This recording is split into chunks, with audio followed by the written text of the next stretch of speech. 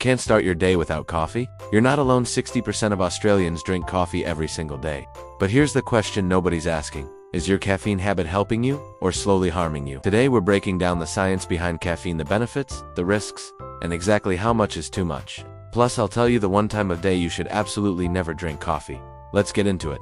We've tackled sugar, sleep, gut health, and food addiction. Now it's time to talk about the world's most popular drug, caffeine. And yes, it is a drug, a stimulant, one that 85% of the global population consumes daily.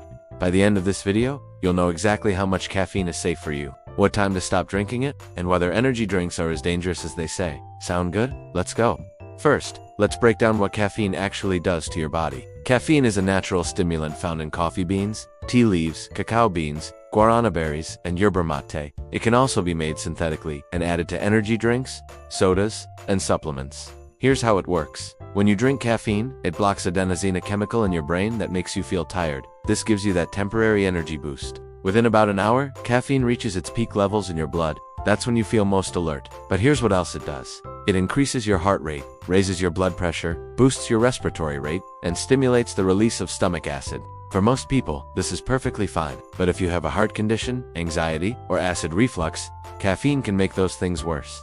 And here's the kicker. Coffee and tea are actually linked to major health benefits like a reduced risk of cardiovascular disease, type 2 diabetes, Parkinson's, Alzheimer's, and even a longer lifespan. So caffeine isn't all bad. In fact, moderate consumption is more beneficial than harmful for most people. The key word there? Moderate. Alright, let's talk about the good stuff. What can caffeine actually do for you? First, it boosts mental performance. Caffeine enhances focus, reduces mental fatigue, and improves reaction time. Studies show it can help with memory, mood, and cognitive functioning when you're sleep deprived. Second, it improves physical performance.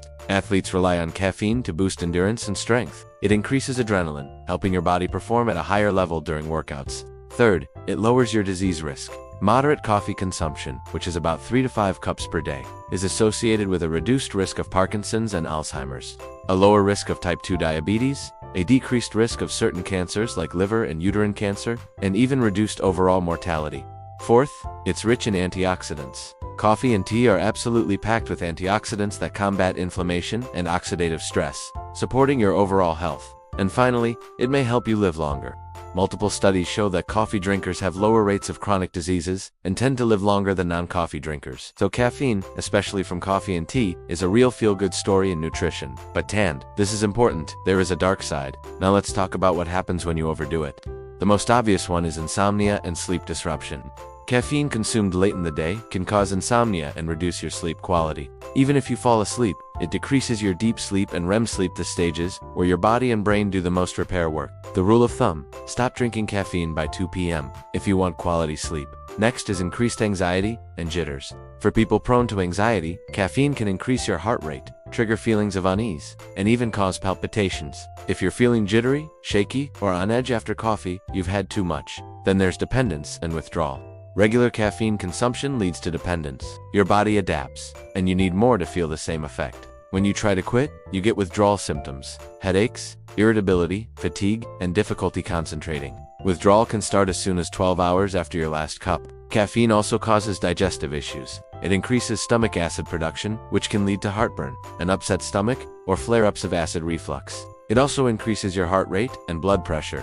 For most people, this is temporary and harmless. But if you have high blood pressure or heart problems, caffeine can increase your risk of cardiovascular events. And let's be clear, energy drinks are dangerous. They contain high amounts of caffeine and sugar, a recipe for disaster.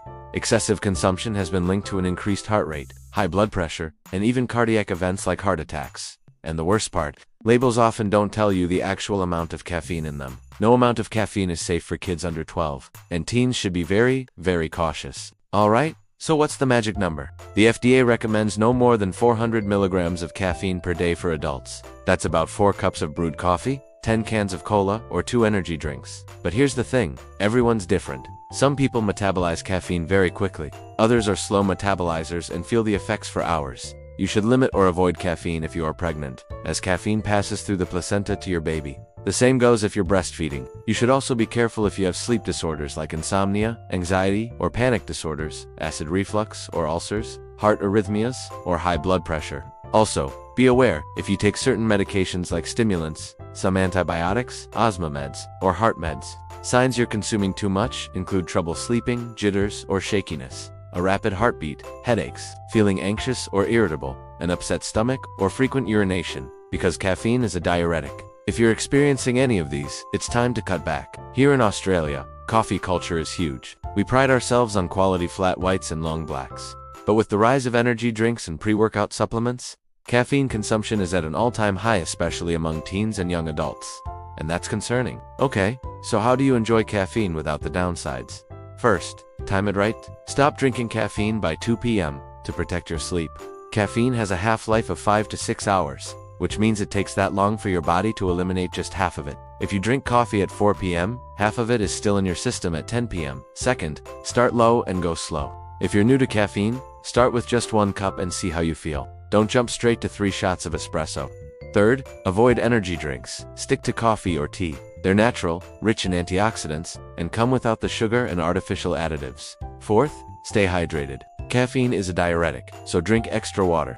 Fifth, take breaks. If you're drinking coffee every single day, consider taking a caffeine reset week every few months to reduce your dependence. Sixth, never mix caffeine and alcohol. This is dangerous. Caffeine masks how drunk you are, leading you to drink more and make bad decisions. It's especially risky for young adults. And finally, listen to your body. If caffeine makes you feel anxious, jittery, or ruins your sleep, cut back or cut it out. You don't need caffeine to be productive. It's a tool, not a necessity. Alright, let's wrap it up. Caffeine is the world's most popular drug, and for good reason. It boosts focus, improves performance, and may even help you live longer. But too much can cause insomnia, anxiety, dependence, and serious health issues. The sweet spot for most people: 3 to 4 cups of coffee per day, consumed before 2 p.m., with plenty of water.